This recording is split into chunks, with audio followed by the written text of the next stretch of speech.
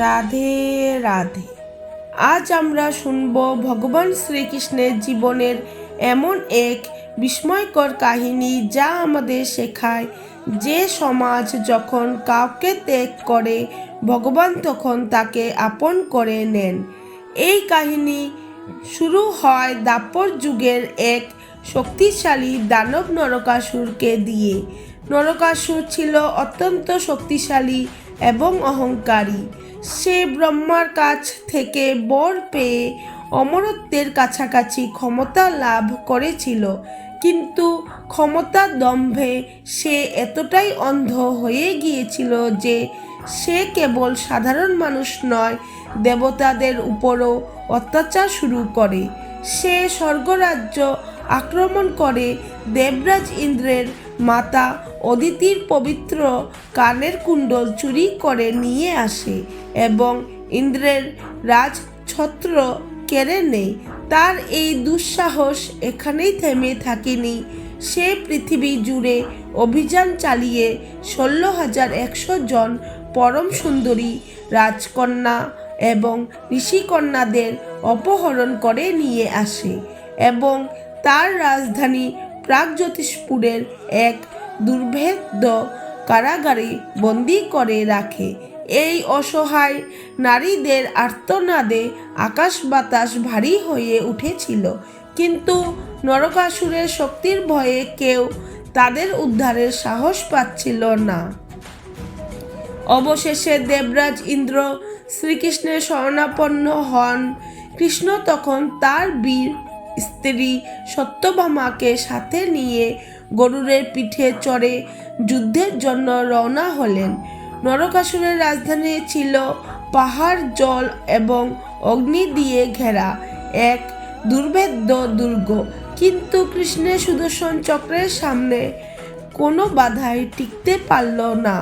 যুদ্ধের ময়দানে প্রথমে নরকাসুরের সেনাপতি মূর অসুর কৃষ্ণকে আক্রমণ করে, কিন্তু কৃষ্ণ তাকে অনায়াসেই নির্ধন করেন। এই কারণে কৃষ্ণের আর এক নাম হয় মুরারি। এরপর শুরু হয় নরকাসুরের সাথে কৃষ্ণের সেই ভয়ঙ্কর মহাযুদ্ধ।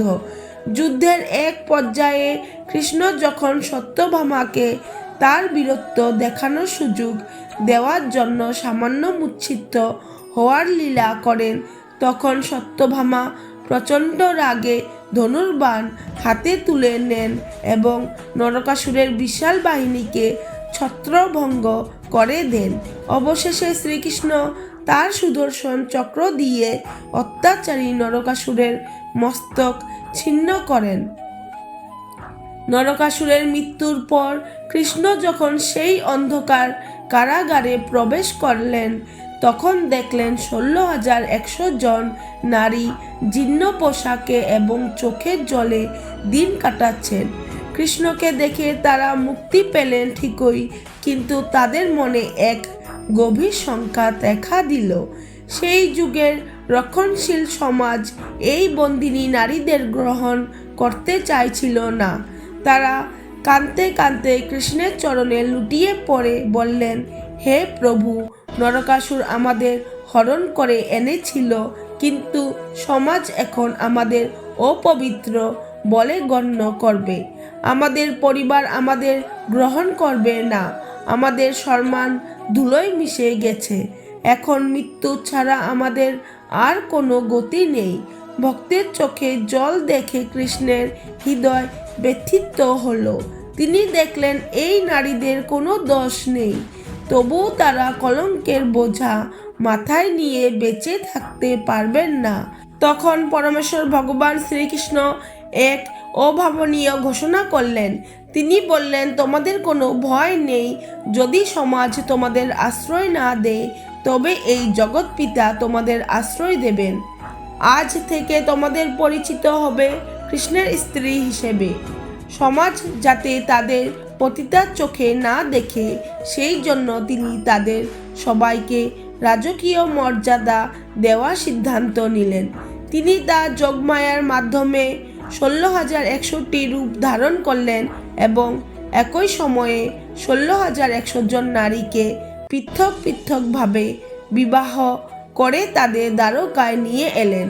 তিনি তাদের জন্য 16,100টি প্রসাদ তৈরি করে দিলেন এবং তাদের রানীর সম্মানে প্রতিষ্ঠিত করলেন।